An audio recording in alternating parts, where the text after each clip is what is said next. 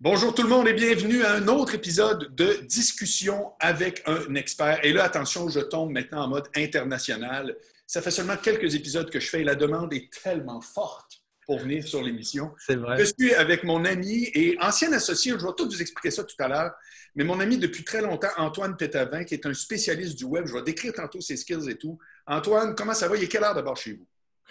Il est 17h, donc il est 5h de l'après-midi. Je ne sais pas depuis combien de temps on se connaît. J'hésite entre 10 ans et 15 ans. Je ne sais pas précisément, mais ça Ben, moi, fait je peux te le dire. longtemps. Moi, je peux te le dire. Ce qui est arrivé, l'histoire, c'est que quand j'ai lancé mon classeur en mars 2004 à la télé, un mois plus tard, j'embarquais sur Internet pour essayer de trouver si ce site-là ne pouvait pas vivre en France. Et j'ai envoyé des messages à quelques personnes, puis tu es celui qui a répondu tout de suite le Mm. lendemain. Je me suis rendu chez toi pour une première visite, puis ça n'a jamais arrêté. On est restés copains tout le Ouais. temps. Puis on a tout le temps travaillé dans le web, etc. Pour te faire une présentation courte pour les gens qui nous regardent, Antoine, c'est un gars qui a commencé à organiser des soirées dans le temps à Paris. C'est comme ça que je l'avais rencontré. Puis il a été un des Exact. premiers à faire affaire Ouais. sur le web avec des e-books, entre autres. Et tu as un jour acheté un site qui s'appelle Je récupère mon ex. C'est bien ça? Mm. C'est ça, tout à fait. Ouais. Et là, tu as optimisé ça, etc. Puis, tu as comme élargi ta proposition, c'est-à-dire que tu as pris ce que tu connais par rapport à cette espèce de domaine-là qui est la relation homme-femme, etc. Puis, tu as aussi fait une offre corpo. Puis, c'est pour ça que tu es ici aujourd'hui, parce que je veux que les gens qui m'écoutent actuellement comprennent très bien les compétences qu'Antoine a n'existent pas vraiment au Québec. Là, je sais qu'il y a du monde de web qui m'écoute beaucoup, qui vont dire c'est faux, c'est épouvantable, mais laissez-moi au moins vous le présenter comme il faut. C'est-à-dire que déjà, l'univers de la commercialisation web en France est différent du Québec. Chez vous, par exemple, Antoine, vous avez beaucoup de programmes par affiliation, où C'est un vrai. vend l'autre, etc. Nous autres, ici, c'est Ouais. très rare. En plus, vous vendez des produits numériques beaucoup en France sous forme de formation ou autre. Ici, je suis un des premiers qui est en train de commencer à faire ça. Il y a des compagnies qui le font, mais c'est assez nouveau en termes d'un individu. C'est souvent des corporations ou des agences, tu comprends? Ah ouais. Il y a à la base des différences que moi j'observe parce que je te connais, qui font en sorte que je peux déclarer littéralement que les habiletés d'Antoine sont très, très rares. Et moi, à vrai dire, je ne connais pas grand monde, puis vous allez le voir à force qu'on va creuser l'entrevue, qui sont capables d'être autant en train de connaître qu'est-ce qui fait qu'un consommateur va peser sur le bouton pour déclencher un achat et d'avoir les outils qui viennent avec, c'est-à-dire la liste de emails, quel site on fait, comment il est bâti, quel lien on fait avec les médias sociaux.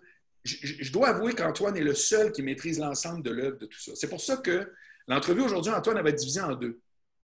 Des questions assez de base, merci. On va commencer par qu'est-ce qui fonctionne sur le web? Qu'est-ce qui fait qu'un client, et là, je ne peux pas être plus dans le pourquoi que je fais cette émission-là pour les gens qui nous écoutent, qu'est-ce qui fait que quelqu'un va cliquer oui, j'achète versus non, j'achète pas? Quelle est la chaîne? Qu'est-ce que le comportement vient faire? Où est-ce qu'on hésite? Puis où est-ce qu'on embarque, etc. Toi, tu as tout vu ça, je le sais, tu as fait tous Mm. les tests imaginables. Et quand on aura passé qu'est-ce qui est efficace, bien, je voudrais absolument qu'on parle aussi de ce qui ne marche pas, parce que tu as tellement fait de tests, tu as tellement tout essayé sur Facebook, sur Google, je le sais. Ça va être intéressant de voir aussi ce que tu nous recommandes de ne même pas approcher avec une barre de 6 pieds, puis de juste focusser sur ce que toi et ton expérience depuis des années t'as acquéri comme know-how sur voilà les grandes lignes de ce qui déclenche un réel achat, quel que soit le produit ou le service qu'on a. C'est que si je te lance là-dessus tout de suite, c'est quoi le premier point qui te Est-ce fait qu'on peut dire juste, là, dans ma tête, et sur ce sujet-là, est-ce qu'on peut juste l'inverser? C'est qu'est-ce qui marchait avant qui ne marche plus? Et après ça, on passe sur qu'est-ce qui marche enfin parfait, aujourd'hui. Si ça j'adore te ça, va, c'est vas-y. super. On est en train de vivre une période bizarre en ce moment et vous vous êtes peut-être tous posé cette question, peut-être même toi, Marc, et moi, je me la pose régulièrement. On se dit c'était plus simple avant. C'était plus simple avant de vendre sur le web. C'était plus simple avant de mettre des sites en ligne, de trouver des clients, etc.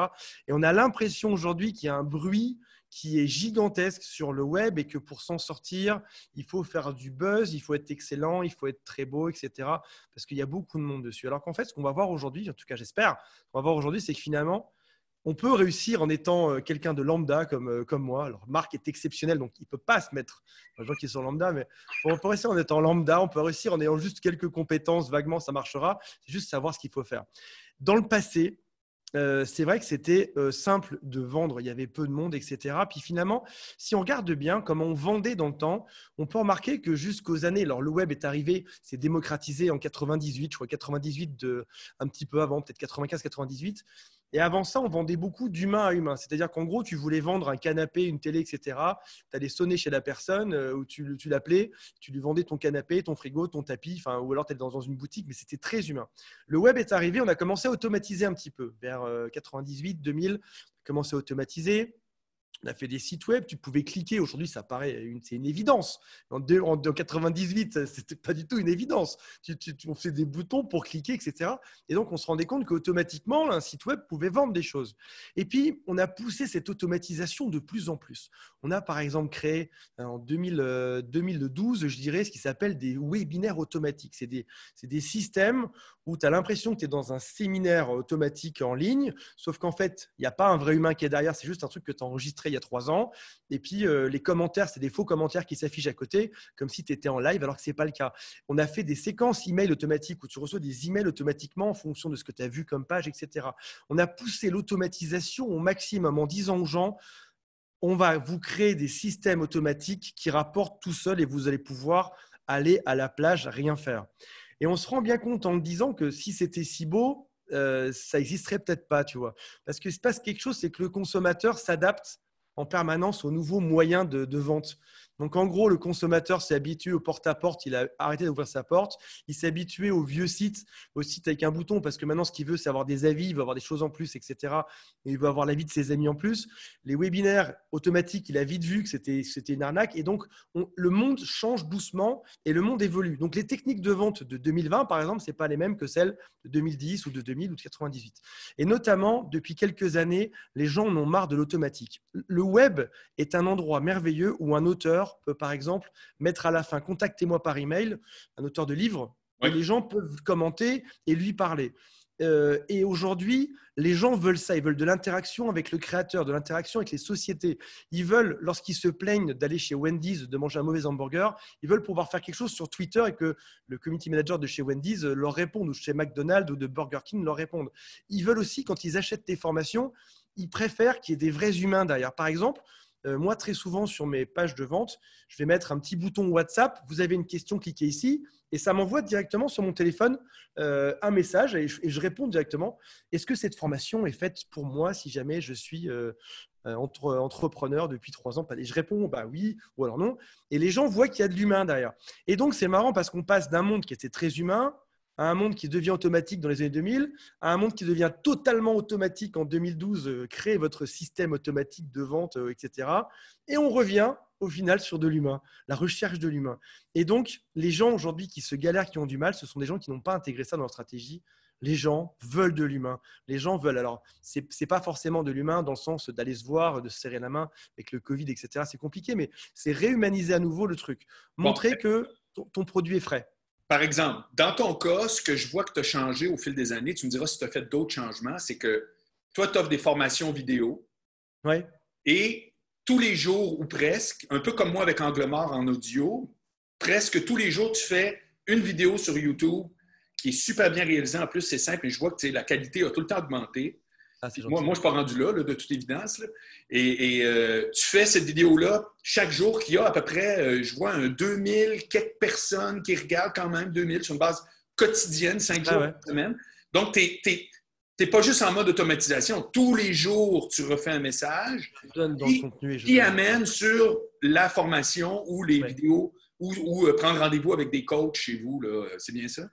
Et la grande peur qu'il y a aujourd'hui quand on sort sa carte bleue de son porte-monnaie, c'est de se dire, est-ce que je vais payer sur ce site-là? Est-ce que c'est un site qui est à jour ou est-ce que c'est un site qui a 10 ans et je ne me rendrai même pas compte? Est-ce que si ça se trouve, je paye et c'est une arnaque, ma carte bleue va partir quelque part dans un pays exotique et c'est foutu? Est-ce que c'est vraiment la bonne page ou est-ce qu'il y a une version plus récente quelque part?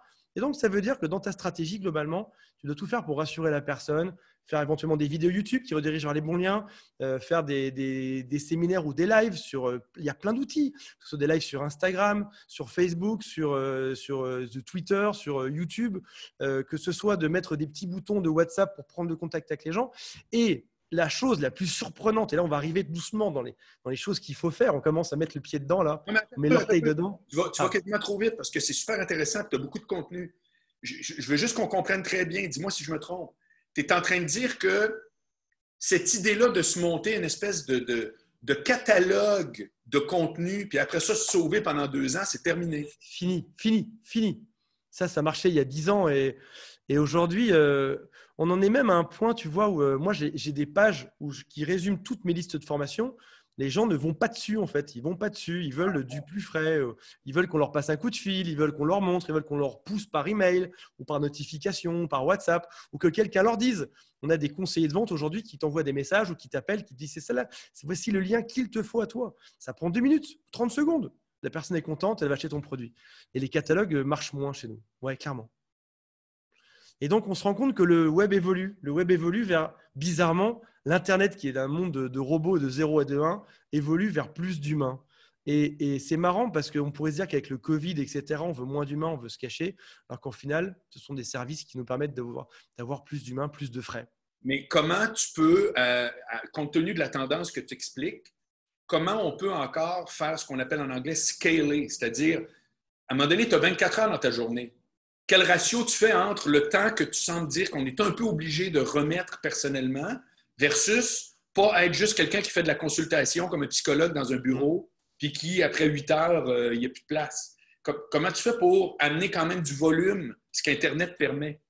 On avait, sur mon site récupère-mon-ex.com, je vais te donner des chiffres, comme ça, moi, ce sera vachement plus clair pour ceux qui veulent se lancer dans un business.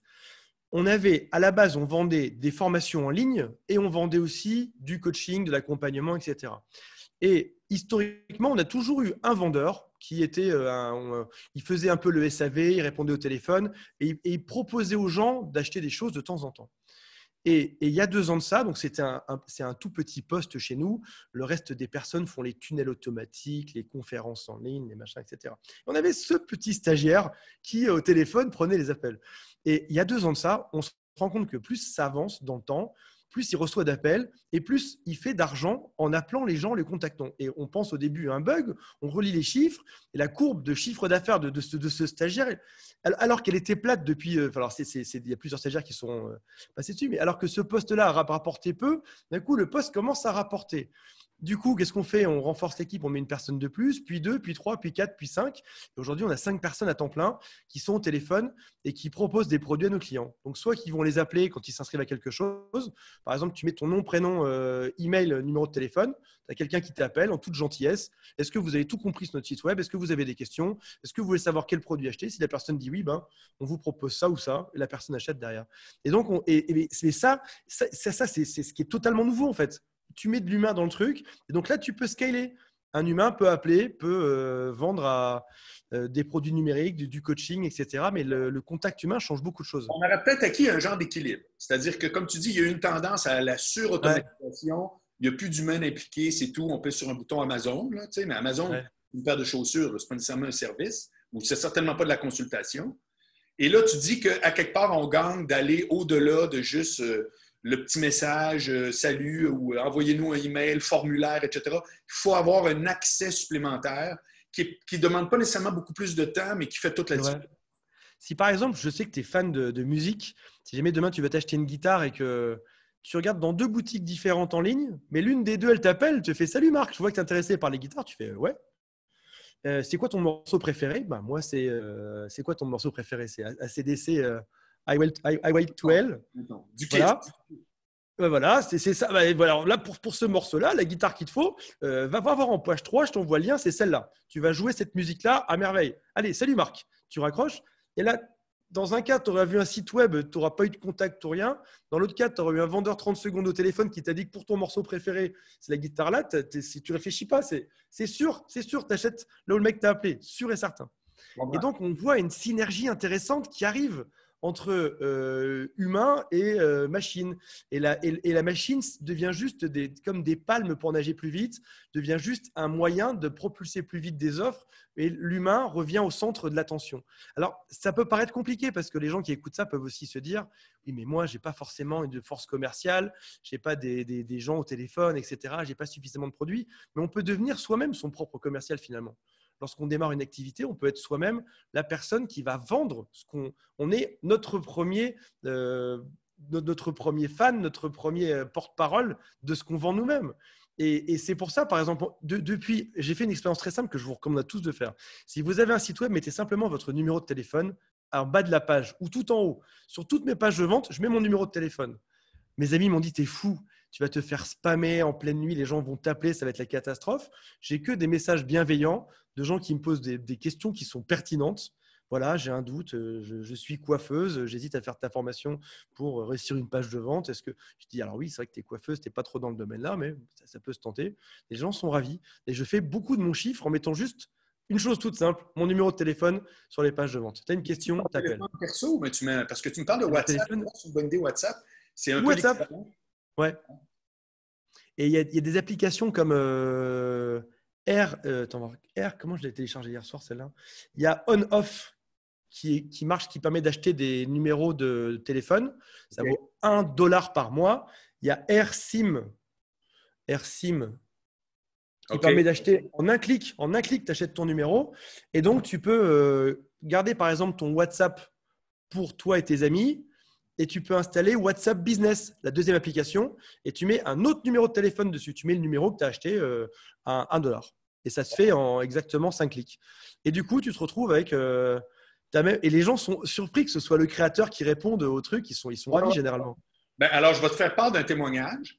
Moi, j'ai finalisé, j'ai trouvé la plateforme où je vais vendre mes formations vidéo. Okay? Moi, j'ai un Patreon où chaque semaine, je fais une formation en communication interpersonnelle. Toute cette semaine, c'était comment composer avec les critiques négatives. Ouais. Je raconte ça un peu comme je fais là assez convivial, etc. Ça dure entre 45 et 60 minutes. Puis, je veux aussi les vendre à l'unité, comme toi tu fais dans Je récupère mon ex. Donc, je veux les vendre à l'unité. Ça fait que j'ai fouillé beaucoup pour trouver la meilleure plateforme et j'ai trouvé Ecwid, E-C-W-I-D, Ecwid, qui est comme un WordPress, mais tout spécialisé pour la vente numérique, entre autres. Ça fait que quand j'ai trouvé ça, j'ai magasiné plusieurs autres. Là, je m'abonnais à plein de trucs. Je m'abonnais à plein, en France, aux États-Unis, etc. Et à un moment donné, je m'abonne à une qui avait l'air d'être parfaitement intégrée pour les pages Facebook. Bien, la journée même, le gars qui est le propriétaire, comme toi, qui est dans la vidéo, qui explique son service, le gars m'a appelé. Ah ouais? Le gars est à San Diego, il est embarqué sur ma page Facebook, je l'ai reconnu. Il dit « Salut », il dit « J'ai vu que tu t'es abonné à notre service, je peux-tu t'aider? » Mais sérieux, je m'en vais m'en souvenir toute ma vie. Alors, en même temps, tu te dis, si le gars, un jour, il est débordé, il ne pourra pas faire ça avec tout le monde. Ouais. Il reste que si tu es capable de paramétrer pour des clients qui t'apparaissent sérieux ou je ne sais quoi, de mettre un petit peu de soi-même, moi, je peux confirmer ce que tu dis. Alors, moi, à la lumière de ce que tu dis, je vais vraiment ajouter à mon nouveau site qui sort bientôt, je vais rajouter un WhatsApp pour être certain que tout le monde peut me texter. Puis au pire, ce sera ouvert ou fermé, là, comme on peut faire avec Messenger, par exemple. J'ai publié une vidéo sur YouTube il y a quelques jours sur un livre qui s'appelle « Survivre à l'effondrement économique ». Et l'auteur de ce livre-là a mis un commentaire sous la vidéo. Il a dit bravo pour cette vidéo qui est très chouette, etc. Et plein de gens ont vu que l'auteur s'intéressait à la vidéo, mettait un commentaire. Plein de gens ont mis, comme la vidéo est chouette et que l'auteur s'intéresse à ça, on va acheter le livre. Et le mec a fait 5 ou 10 ou 20 ventes ou 50 ventes dans la foulée. Donc, lorsque l'auteur s'implique, il y a forcément quelque chose qui se passe. On m'a toujours dit, moi j'ai des gens qui me disent j'ai pas le temps, c'est compliqué, je sais pas comment. Non, je ne mettrai pas il me faut des assistantes, je ne veux pas être en frontal, etc. J'ai fait le test sur ma chaîne qui s'appelle je récupère mon ex.com, ma chaîne YouTube, qui fait quand même 500 000 vues par mois. J'ai mis mon numéro de téléphone sous chacune des vidéos, sous les 1200 vidéos. J'ai mis mon numéro de téléphone. J'ai reçu quelques coups de fil par jour de gens qui étaient ravis, que j'ai réorientés vers des services de coaching chez nous, etc. Donc, ça se fait. J'ai mis mon numéro perso. Mon numéro perso, il est partout. Là, mon téléphone, il ne sonne pas, en fait. Ça veut dire, en fait, c'est juste les gens les plus intéressés qui vont t'appeler, te poser des questions. Et alors oui, les gens vont se dire, ouais, mais si jamais on m'agresse, on me dit des choses bizarres au téléphone, c'est compliqué. En attendant, ouais, mais tu as peut-être fait aussi 5 ou 10 ou 20 ventes de plus dans la journée en répondant 3 textos et puis que tu n'aurais pas fait, tu vois. Si je te dis, envoie 5 textos et tu fais $600, tu vas les faire, en fait. Tu vas ouais. Exact. Non, c'est fort. Raconte-nous un peu aussi, dans un autre département, raconte-nous un peu le temps et les essais que tu as fait pour faire du web marketing sur un peu n'importe quelle plateforme, puis que ça a été malheureusement, ça fait partie de la section qu'on est dans l'entrevue, c'est-à-dire quoi ne pas faire. J'échoue 9 projets sur 10 quand même. Donc, je l'assume, je le dis. Les autres ont les mêmes chiffres que moi, mais ils ne le disent pas. Et 9 projets sur 10 que je lance vont couler. Donc, il y en a un sur 10 qui marche. Et dans tout ce que j'ai essayé qui n'a pas marché, il y en a tellement. Dernièrement, j'ai eu un bel échec sur Facebook. Je voulais récupérer des emails pour mettre sur ma newsletter de marketing. Donc, je fais une pub Facebook, je mets ma tête dessus comme ça et je mets inscrivez-vous à ma newsletter marketing et je récupère, je mets $10 000 dedans de pub en un mois. Je récupère plein d'emails.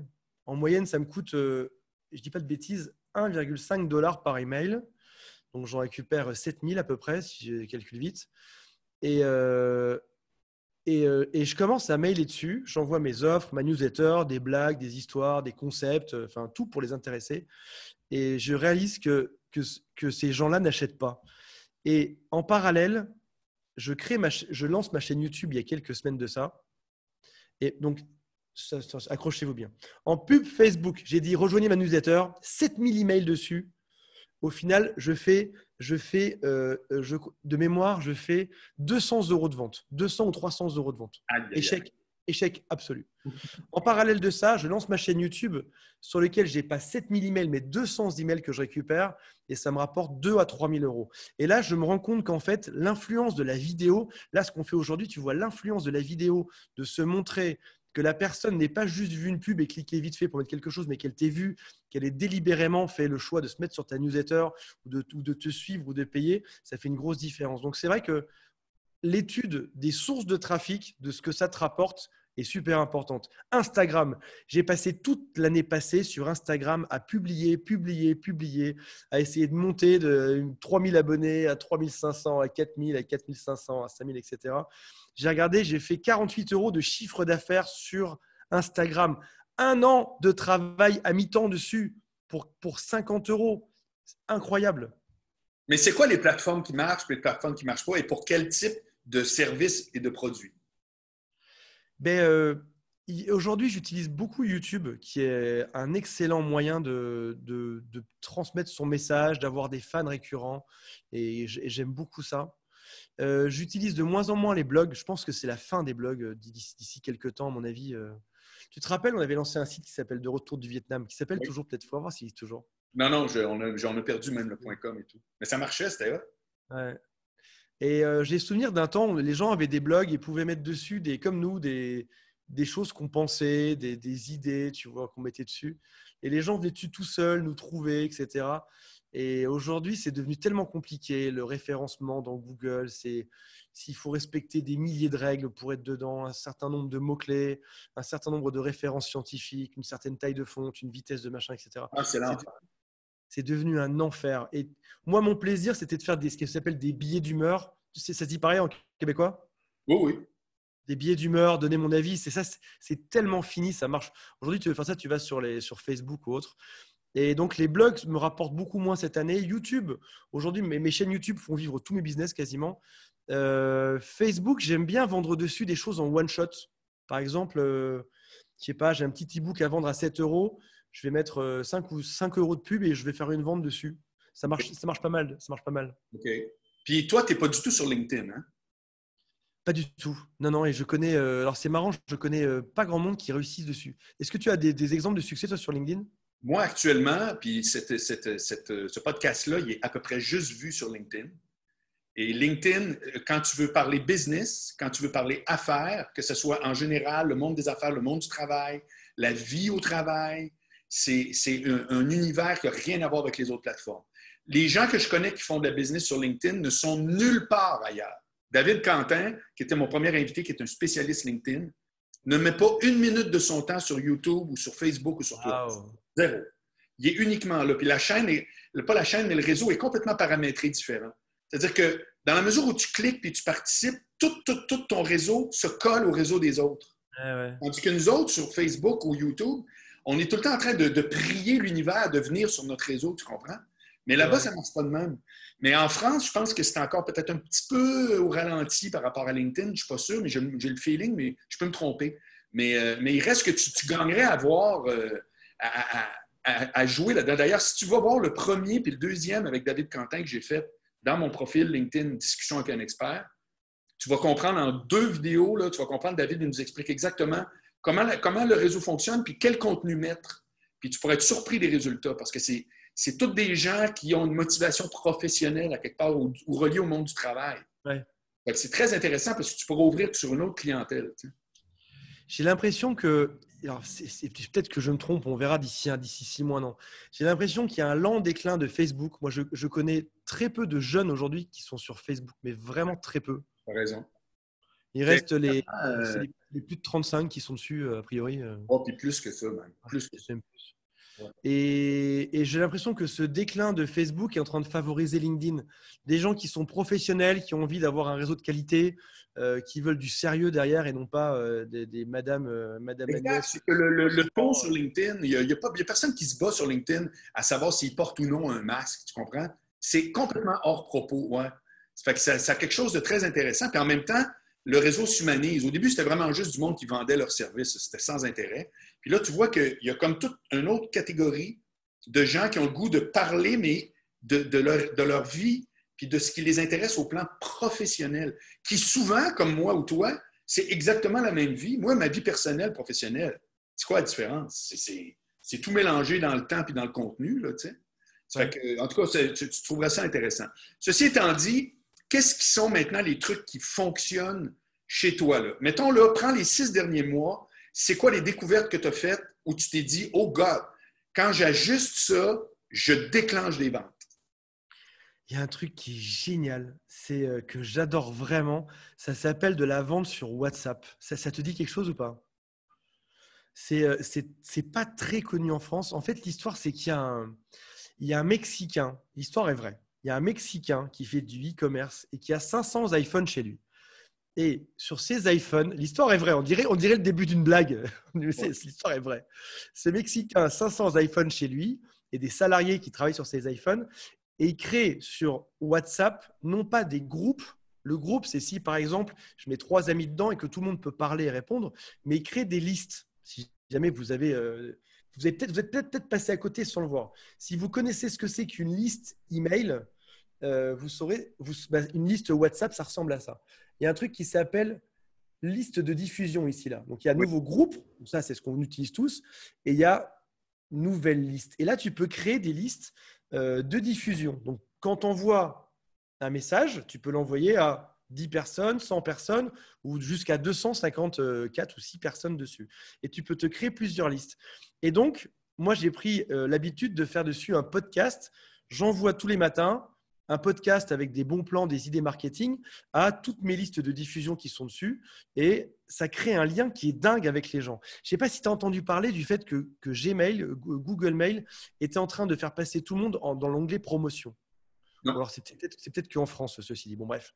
On est de plus en plus en train de passer dans l'onglet promotion. Et donc, les emails atteignent de moins en moins leur audience aujourd'hui. Les emails de liste email. Oui. On sait aussi que les pages Facebook ont de moins en moins de taux de reach. Donc, c'est de taux d'affichage.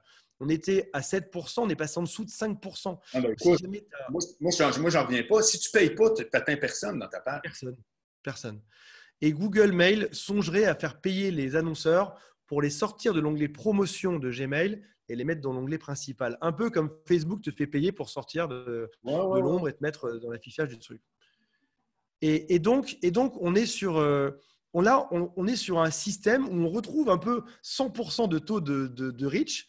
Et donc, ce que tu fais, c'est qu'au début, tu crées tes listes, tu vas récupérer des numéros de téléphone. Alors, tu dis aux gens, est-ce que vous voulez vous inscrire sur ma liste de diffusion WhatsApp ou pas? Et après ça, tu peux envoyer soit un audio tous les matins sur un sujet de quelques minutes, soit tu peux envoyer une petite vidéo, c'est ce que je fais de temps en temps, soit tu peux envoyer un petit texte, soit tu peux envoyer un lien, tu envoies ce que tu veux, avec l'idée de créer un lien avec la personne. Et ce qui est fort sur WhatsApp, c'est que c'est très connoté amis et famille. Ce n'est pas connoté business. Et donc, tu te retrouves avec des gens tu fais un peu partie de leur famille et de leurs amis. Et le jour où ils ont besoin de quelqu'un dans ton domaine, ils vont penser à toi parce qu'ils ont ton numéro dans leur téléphone, ils t'ont déjà entendu, ils ont l'impression de te connaître. Et souvent, les gens répondent dessus. Tiens, ça, c'était super intéressant aujourd'hui, merci. Puis ensuite, tu peux continuer dessus. Admettons, tu fais un podcast sur voilà, comment réussir sur la vente sur le web. Tu l'envoies dessus sur ta liste WhatsApp. 250 personnes le reçoivent par liste. Tu as 10 listes. Tu envoies ça à 3000 personnes. Plein te répondent « Oh, c'est super intéressant, patati patata ». Et tu peux après ça engager la conversation avec chacun d'entre eux. Leur proposer un accompagnement, un coaching, etc. Et ça marche vraiment de folie chez moi depuis quelques mois. C'est assez novateur et j'aime bien ça. Dis-moi, c'est quoi maintenant, en date d'aujourd'hui, l'importance et l'efficacité des emails? Eh bien alors, les emails étaient historiquement, il y avait un dicton qui disait « l'argent est dans la liste ». Et on te disait Facebook, les données ne sont pas à toi, YouTube, les infos ne sont pas à toi, etc. On te disait tes emails, ils sont à toi. Ça, c'est quelque chose qu'on ne t'enlèvera jamais. Et on est en train de découvrir qu'on passe en spam, on passe dans l'onglet promotion, etc. Et donc, que l'importance des emails est bien moins grand qu'avant. Là, j'ai des copains qui sont copywriters qui me disent heureusement qu'on est sorti du système des emails, etc. Parce que ça avait une importance dingue. Et on pensait que ce domaine-là ne serait jamais touché par une crise, par une règle, par quoi que ce soit. C'est quoi qui remplace ça? C'est quoi qui remplace ça? C'est quoi maintenant le meilleur ratio entre rejoindre quelqu'un et vendre à cette personne-là? Qu'est-ce qui est le plus efficace? Même si c'est moins répandu. J'ai l'impression, alors c'est une impression parce que là c'est depuis le confinement, donc ça fait que quelques mois. Mais j'ai l'impression que ceux qui marchent bien sont dans des circuits de vente très courts. Par exemple, dans le temps, il y a 2-3 ans, si tu voulais vendre quelque chose, tu commençais par faire un quiz. Fais un quiz pour déterminer patati patata. Tu prenais l'email de la personne. Tu lui envoyais une séquence de 5, 10, 20, 30 emails. Dans cette séquence, tu le faisais passer par des séminaires en ligne, par des conférences, par des vidéos, par des PDF, etc. Et au bout de 30 jours, tu lui vendais quelque chose. Mais aujourd'hui, il y a tellement de déperditions de gens qui n'ont pas le temps, de gens qui sont pressés, d'emails qui passent en spam, en promotion, etc., qu'on en arrive sur des gens qui vendent aujourd'hui de manière très directe.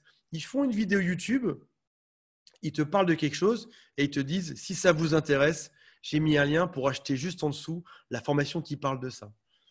Vidéo, clic, carte bleue. Et donc, on élimine les conférences en ligne, les 300 emails, les tunnels de vente, les pages, les PDF, etc., les quiz. On va sur quelque chose qui est plus frais, plus humain et plus direct. C'est l'impression que j'ai. On verra si ça se confirme dans quelques mois. Puis c'est quoi qui fait vendre le plus à travers toutes les opérations que tu fais? Parce que La technique de vendre le plus.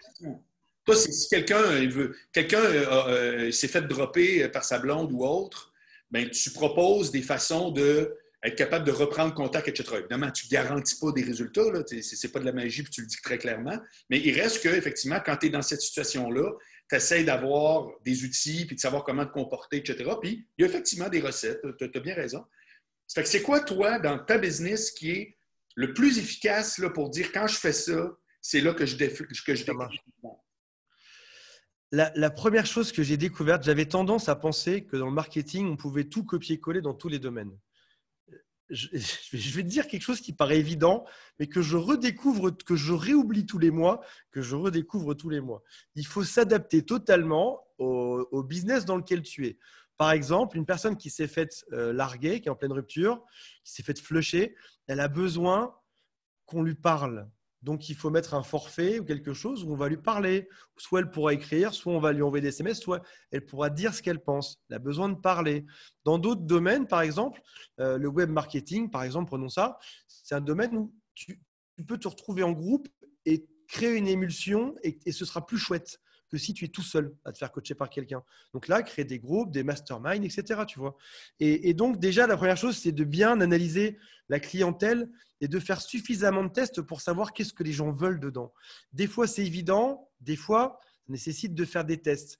Par exemple, il y a quelqu'un qui a tout transformé dans la partie sport il y a 3 ans de ça. Il a créé un défi 21 jours. Défi 21 jours, défi 90 jours. Donc, c'est des défis avec soit 21, soit 90 jours pour se transformer, etc. Et il a essayé ça, il a fait des millions dessus. Et du coup, tout le marché s'est adapté à sa formule. Parce que dans le sport, par exemple, C'est pas de passer des coups de fil, c'est de faire un défi tous ensemble. Ouais, ouais, ouais, ouais, ouais. Trouver le bon format. Trouver le bon format, bien y réfléchir et faire des tests si on a un doute sur le format. Et après ça, sur la forme, c'est trouver les mots qui vont bien. Par exemple, j'ai un forfait qui s'appelle Reconquête Garantie. Si jamais tu récupères pas ta blonde, on te rembourse l'argent du truc. Génial. C'est un forfait téléphonique, on t'appelle, tu papotes, tu papotes. Si jamais on n'y arrive pas, on te rembourse. On est bon sur le fond et sur la forme, tu vois. Qu'est-ce qui, selon toi, est le plus efficace? Est-ce que c'est d'avoir un contenu hyper efficace, pertinent, de qualité, avec le bon wording, etc., ou d'avoir les bons outils pour faire la promotion de tes services? Ah là là, écoute, il y a deux écoles. Moi, je fais partie de ceux qui a pas besoin d'avoir les bons mots dans ce que je dis. J'aime bien être naturel. Je crois qu'il y a une tendance aussi au fait de redevenir naturel en ce moment, d'être plus nature. Il y a, Attends, je fais une petite digression. En ce moment, il y a un truc qui s'appelle influenceur fatigue. Ça te dit quelque chose ou pas? Non, c'est le nom, on dirait une maladie. Influenceur fatigue, c'est des gens qui en ont marre de ces influenceurs qui se montrent toujours beaux, sous le bon angle, etc. Et les gens veulent voir du vrai, du nature. On en revient à l'humain, encore une fois. Ouais. Et il y a un truc qui s'appelle influenceur fatigue qui fait qu'aujourd'hui, les influenceurs n'ont presque plus de cachet d'argent pour leurs prestations. Ils n'ont plus les hôtels de payer, ils n'ont plus les voyages. Les grandes marques ne s'intéressent plus à eux. Il y a eu de Dolce et Gucci qui a fait un défilé uniquement avec des influenceurs il y a 3 ans. Ils ont tout coupé l'année d'après. Ils ont remis des vrais mannequins dedans. Et donc, on revient du naturel. Moi, je prône ne pas forcément avoir le bon mot, mais avoir la bonne mentalité. C'est-à-dire faire des erreurs dans ses vidéos, se tromper, être maladroit, mais être nature, être vrai. Le vrai paye, le vrai donne envie aux gens de te rejoindre, de savoir qui tu es. Ça n'empêche pas d'avoir quelque chose qui est propre. Regarde, tu as un super décor de cuisine. En fait, les gens ne savent pas que tu as un fond vert toi, derrière toi. Tu peux. En vrai, Ça c'est peut une faire cabane en quelque chose de bois. propre, mais pas de rechercher la perfection. Faire quelque chose qui soit suffisamment propre, se permettre de faire des ratés, des fous rires ou de se tromper sur quelques mots, mais être honnête, parler avec son cœur, ça marche quand même bien souvent. Et les outils, il y a quelques outils. On a de la chance, on est en pleine phase de régression en ce moment. Il existe de plus en plus d'outils, mais les gens l'utilisent de moins en moins. Ils Ouais. utilisent un outil qui fait tout, par exemple. Là, tu m'as dit tout à l'heure, tu me parlais d'un site qui s'appelle votre boutique en ligne Equid. C'est un site qui fait tout. J'ai été regarder, le machin fait tout dessus. Tu vois, donc on utilise un outil, mais qui fait plein de choses, un ou deux ou trois outils qui font plein de choses. Et puis, c'est chouette. Comment tu penses que tes compétences sur justement les outils, comment rejoindre une clientèle, etc., comment le monde corporatif peut gagner à, à s'intéresser à ça? Parce que ça a toujours été difficile de faire part. Moi, je le sais, avec mon classeur, les gens ne s'en rendent pas compte, mais quand tu as un site de rencontre, tu connais quasiment tout de ce qu'il fait sur le web. C'est-à-dire, tu achètes de la pub, tu vends de la pub, tu as du service à Ouais. clientèle, tu as du e-commerce, des transactions, des plaintes. Il faut que tu mettes, tu comprends, tu as tout. Dans un site de rencontre, tu as tout. Mais les gens, habituellement, ont comme un snobisme par rapport à ça, qui font en sorte que tu te dis, ouais, c'est un site de rencontre, c'est pas pareil, moi je suis en business, moi je suis une agence ou autre. Où est-ce que tu trouves que les gens gagneraient à comprendre quel genre d'expertise le service que tu as toujours offert amène à n'importe quelle entreprise? Pour moi, c'est une question qui paraît simple, mais qui est très compliquée. Pourquoi est-ce que ces mondes ne se mélangent pas trop au final, tu vois? Pourquoi le monde du corporate n'appelle pas des consultants à leur compte comme moi? Alors toi, je ne sais pas précisément, mais euh, on est le roi de notre marché dans notre territoire, dans notre audience, mais pour autant, on n'est jamais appelé par des grosses sociétés pour travailler dessus. Et je crois que j'ai des pistes, des hypothèses. Je pense que la première, c'est que comme on n'a pas d'expérience avec les gros groupes, il y a un risque. On représente un risque, le risque qu'on ne soit pas capable de réussir, etc. Et c'est compliqué de prendre un outsider, de le mettre dans un domaine en se disant il va marcher. Parce que personne ne veut prendre le risque de se tromper sur une décision d'un prestataire ou de quelqu'un. Et du coup, ils préfèrent prendre quelqu'un qui historiquement a toujours travaillé avec les sociétés, un vieux prestataire qui a toujours été dans la boîte, même s'il est moins bon, parce que Si jamais il y a un problème un jour, on dira oui, mais c'est pas de ma faute. Il a toujours été là, il a toujours été bon. Je sais pas ce qui lui arrive. C'est pas de ma faute. Il y a une espèce de protection dans les grosses sociétés. Personne ne veut assumer de. Mais au gouvernement, c'est pareil. Les gens veulent pas non plus. Je me souviens pour le coronavirus, les gens vous disaient on s'est fié sur ce que les experts ont dit et on a pris leurs décisions. Personne n'a voulu prendre lui-même la décision de. Ils reportaient les reportaient.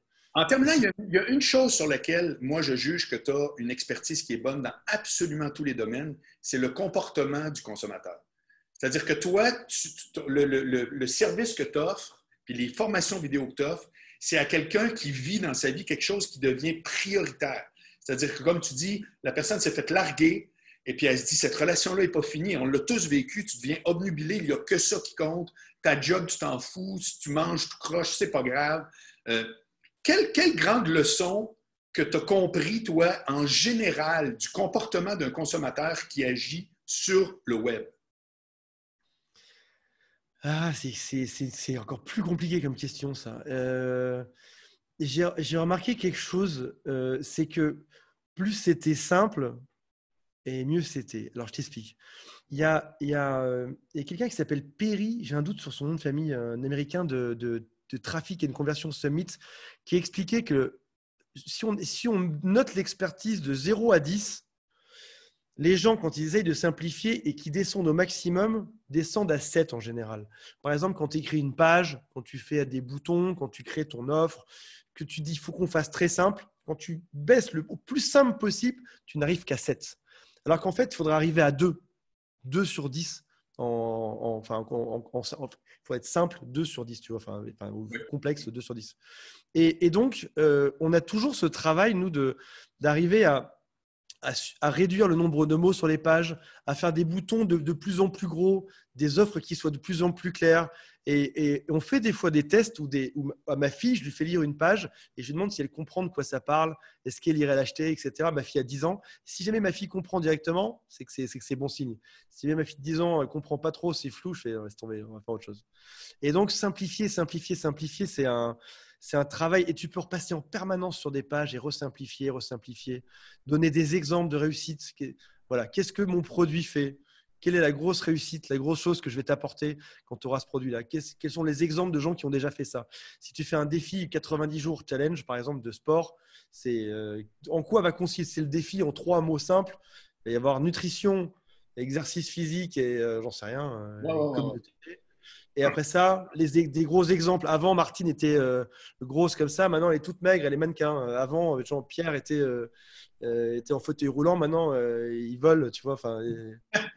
Je te pose une dernière question parce que c'est une question que moi, je trouve que j'ai toujours été exécrable, super mauvais là-dedans, mais je veux quand même avoir une vraie réponse claire.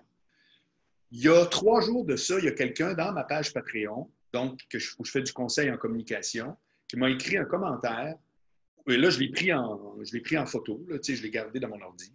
Puis il dit, écoute, juste pour te dire que c'est rendu une tradition, ma copine et moi, chaque vendredi soir, parce que moi, je sors mon épisode le vendredi matin, il dit, le vendredi soir, on s'ouvre un drink après avoir mangé, etc., puis on t'écoute parce qu'on trouve qu'on a les deux pour des raisons différentes, des choses qu'on peut améliorer. Puis t'es un téléroman pour nous autres. Le vendredi soir, on écoute ça. Qu'est-ce que tu fais avec ce témoignage-là? Qu'est-ce que tu fais? Comment tu l'utilises? Tu peux le mettre dans les… Il y a 2 cas de figure. C'est soit tu fais une rubrique sur ton Patreon, sur le site ou sur le Facebook qui s'appelle témoignage. Ou alors, tu peux le mettre sur un bon de commande, par exemple, à côté d'un bon de commande ou sur la page de vente. Voici ce qu'ils en disent, ce qu'ils en disent, 2 points. Tu peux aussi l'utiliser, par exemple, sur Instagram. Allez checker ma page, mon compte Patreon pour voir ce qui se passe. Voici ce qu'ils en disent. Il faut les garder précieusement. Moi, je les garde jamais ces commentaires-là. Depuis 1 an, je les garde, je fais des captures d'écran et j'ai un répertoire sur mon ordinateur qui s'appelle témoignage. Et j'en ai mis plein dedans. Parce que ça sert après ça. Un jour, ça sert. Un jour, tu en as besoin. Un jour, ça te sert. Super. Hey, Antoine, merci beaucoup. Antoine Pétavin. Pour te rejoindre, évidemment, Antoine Pétavin, je vais écrire en lien comme on fait pour aller soit sur Je récupère mon ex, mais tu as ton site perso aussi. Ouais, dans Google, ils vont trouver. Donc, je te remercie 1000 fois. C'était fort intéressant. Puis j'ai aimé. Même moi, j'ai encore appris des trucs. Tu viens quand sur ma chaîne YouTube? Ciao, bye.